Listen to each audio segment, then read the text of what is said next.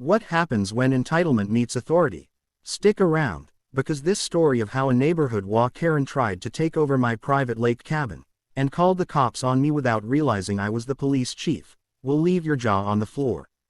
Don't forget to hit subscribe and follow for more real-life stories filled with drama, justice, and shocking twists you won't see coming.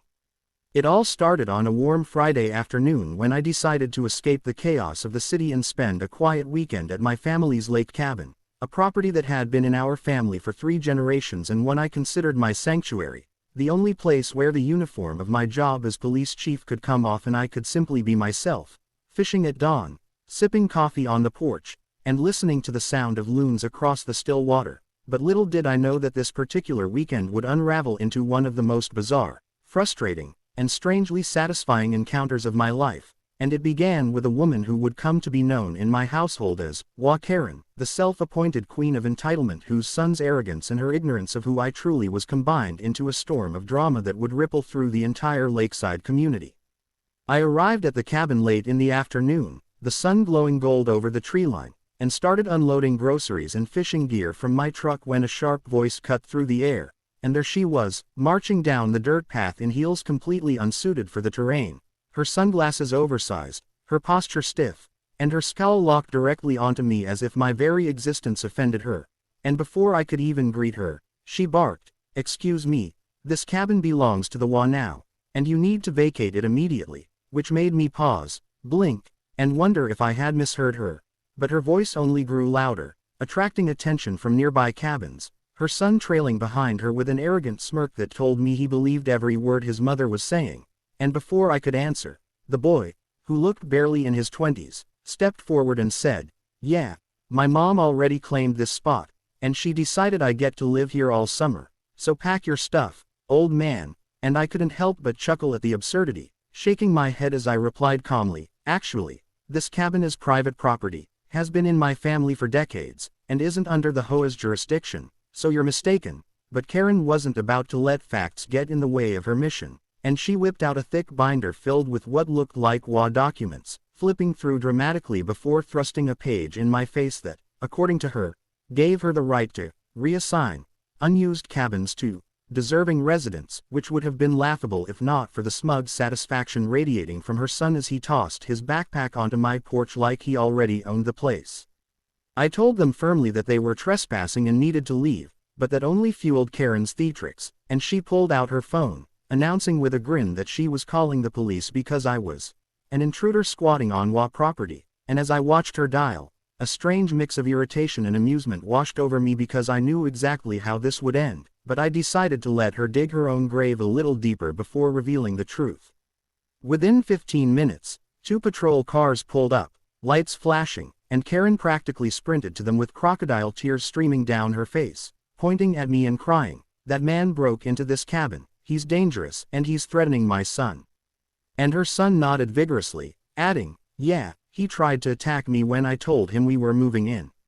And for a moment, the young officers looked genuinely concerned as they approached me, but the second they recognized me, their expressions shifted into barely contained smirks, because not only was I their superior, I was the police chief of the entire county, and here was this woman trying to weaponize law enforcement against me in the most ridiculous way possible. Karen, oblivious to the sudden change in tone, kept ranting until I finally crossed my arms and said, "Ma'am, you've just called the police on the police chief, and you and your son are currently trespassing on my private property," and the silence that followed was absolutely priceless, her face draining of color, her son's cocky grin collapsing into horror, and the officers trying desperately not to laugh as they confirmed my ownership through county records on their in-car computer, leaving Karen stammering excuses about misunderstandings and confusing paperwork. But I wasn't in the mood to let this slide, not after the way her son had strutted onto my porch like he owned the place, so I told the officers to issue them a formal trespass warning, which meant if they stepped foot on my land again, they'd be arrested.